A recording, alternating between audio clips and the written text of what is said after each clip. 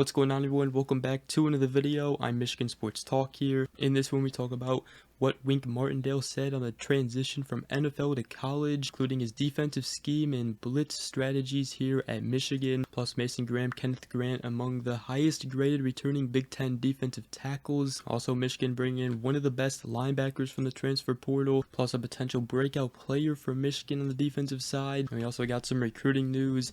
Who's next to commit following the commitment from the 4-star defensive lineman Jalen Williams, and an under-the-radar receiver that Michigan is going after in the 2025 class. It's all going to be in this video and more, so let's go ahead and get right into it.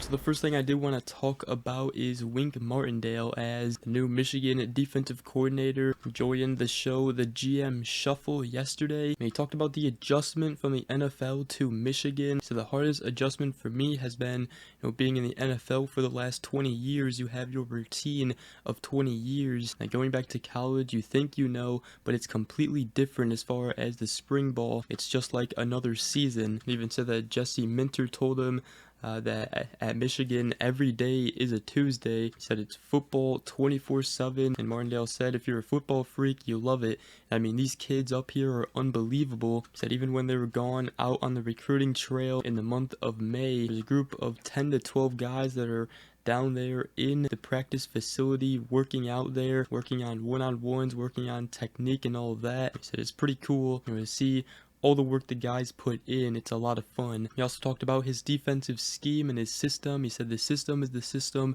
It's very flexible. It's very player friendly. He said once you understand the concepts, it's easy to learn the defense, but it's also different personalities calling the defense. He said I think at the college level, there's a lot more simulated pressures that you see when you're watching tape that work just as effectively as sending them all. But he did say, let's make no mistake about it, I'm more aggressive than probably both those guys. Jesse Minter and Mike McDonald did say that they changed up some terminology because this is the first year we can do the coach to player communication, so it's shorter one-word names, which is smart and should help when teams want to go fast in play. But he said all the players, the vets that are coming back, they know the system and it's been really enjoyable. It's been a lot of fun. And he also talked about when he will send more than 4 rushers. Did say that when you have free runners to the quarterback, the average fan just says, well, he's zero pressure. And he said we don't. We just attack protections well. He also said that he thinks it changes from year to year depending on who you have playing for you and who you are playing against. He talked about playing Mahomes for the first time. He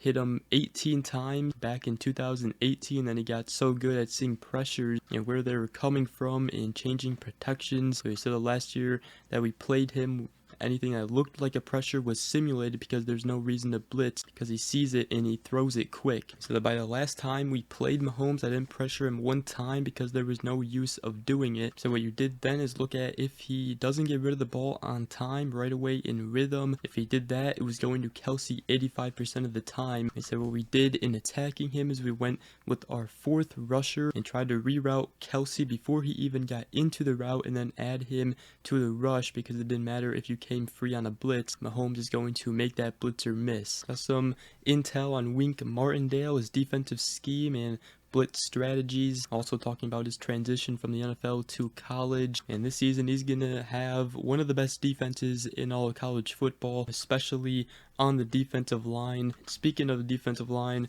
PFF College ranked the highest graded returning Big Ten defensive tackles, and of course Mason Graham up there at the top, and then 2 Indiana defensive tackles, CJ West and James Carpenter, and then Kenneth Grant coming in 4th. CJ West is a familiar name to you guys probably because Michigan was going after him in the transfer portal. It is pretty surprising 2 Indiana players are ranked that high or graded that high. Let me know what you guys think about that. Kenneth Grant might be a little too low, but nonetheless Michigan has the best defensive tackle duo returning in college football next season. And also wanted to talk about On3's Jesse Simonton as he released a 2024 preseason all-transfer portal team. Coming in at a linebacker position was Jaishawn Barham, who is the Maryland transfer linebacker coming in for Michigan and will be a starting linebacker for Michigan, paired with Ernest Hausman. Jaishawn Barham coming in has gotten a lot of praise. Even head coach Sean Moore said that the linebackers, Jaishawn Barham, Ernest Hausman, they're going to be two of the best in the country. They're going to surprise a lot of people. There's no doubt about it. That linebacker duo, especially with obviously Michael Barrett and Junior Colson, Michigan having to replace them. And I tell you what, there may not be that much of a difference from Michael Barrett and Junior Colson to now Jaishawn Barham and Ernest Hausman. Keeping it on the defensive side, Pro Football Focus also named a Michigan cornerback a potential breakout player for next season, and that's cornerback Jaden McBurrows. They wrote that McBurrows is one of those guys ready to step up and shine. He played 182 snaps last season, finishing with a 73.1 overall grade and a 73.9 coverage grade. Recorded 7 solo tackles with no misses and 4 run stops, and was also targeted in coverage 13 times, but only gave up 5 catches for 40 yards and coming away with an interception and 2 pass breakups. So either way, Jaden McBurrows is going to get a lot of playing time this year. He could potentially start at nickel, as both Jaden McBurrows and Zeke Berry are the favorites at nickel, and I do see either Amir Hall or Jair Hill to start at cornerback 2 beside Will Johnson. But either way, Jaden McBurrows, he's gonna get his time to shine. And Pro Football Focus, he is potentially, they think, a breakout player for next season. Let me know what you guys think about that. Michigan, they have a lot of talent on the defensive side and a lot of players ready to step up. But now I did want to talk about some recruiting news. Yesterday, Michigan, they got a commitment and ended the month-long drought as they landed the 4-star defensive lineman in the 2025 class, Jalen Williams. And we also did recap the official visit weekend, as Michigan hosted a ton of recruits over the weekend for official visits. Posted a video yesterday if you guys want to go ahead and watch that and see how all those visits went and where Michigan stands in all those recruitments. But Michigan, they are not done yet as far as commitments go. One guy that right now everybody is keeping a close eye on is the 2025 4-star defensive lineman Maxwell Roy. He's taking an official visit to Michigan on June 21st, but Michigan has 3 crystal ball predictions going in their favor now, all in the month of June, and they also just got a new one today from Steve Lorenz of the Michigan Insider. That potentially could be Michigan's next commitment. I do see Michigan landing a few more commits here in the month of June, especially the weekend of June 21st. They are hosting a whole bunch of recruits that weekend. Could be setting themselves up to close with a lot of recruits. Now, I did want to talk about the 2025 3-star wide receiver Preston Bowman from Pickerington North High School in the state of Ohio. We did talk about him once before in a video.